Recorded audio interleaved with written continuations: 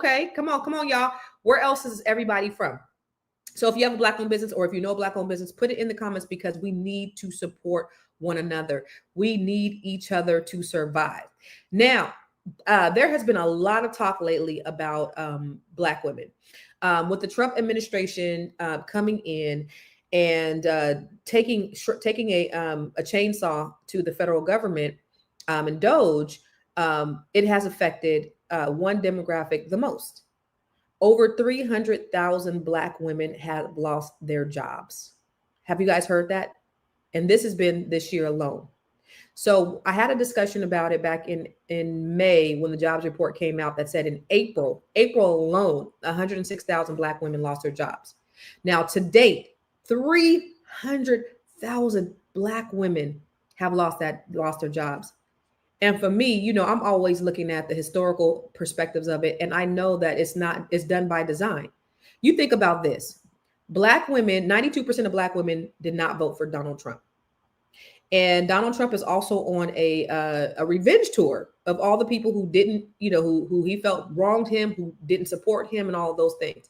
So where do we hit Black people the hardest? Well, we know Black women are the most educated. They have the most student loans. So now we see student loans, them reversing the moratorium on student loans, them reversing the forgiveness on student loans. Well, who's getting hit the hardest? We are. And then now people's credit, like mine. I mentioned it the other day that all of a sudden I had 180-day late payment on my credit report on a student loan that I didn't even know I had.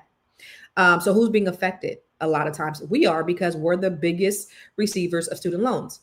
They said if we don't pay our student loans back, then he's going to garnish the wages and go after our Social Security for older Blacks, for older seniors. How is this making America great again? And so the people who are disproportionately affected are Black women.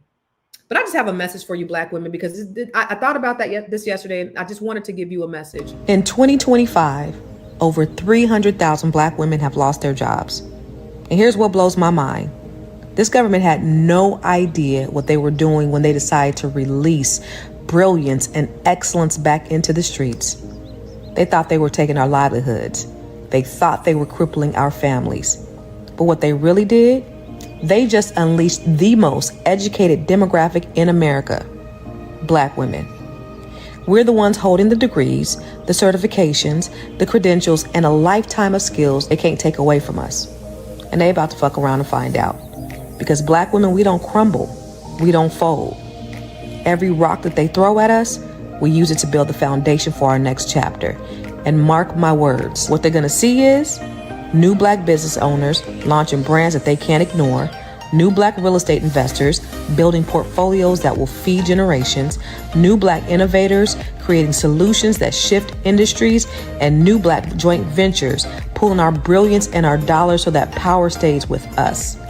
Because here's the truth. They may have underestimated us, but they didn't break us. They just freed us to work for ourselves instead of building somebody else's dream. What's coming next is a new Black wealth class, a class that owns more, earns more, and passes down more.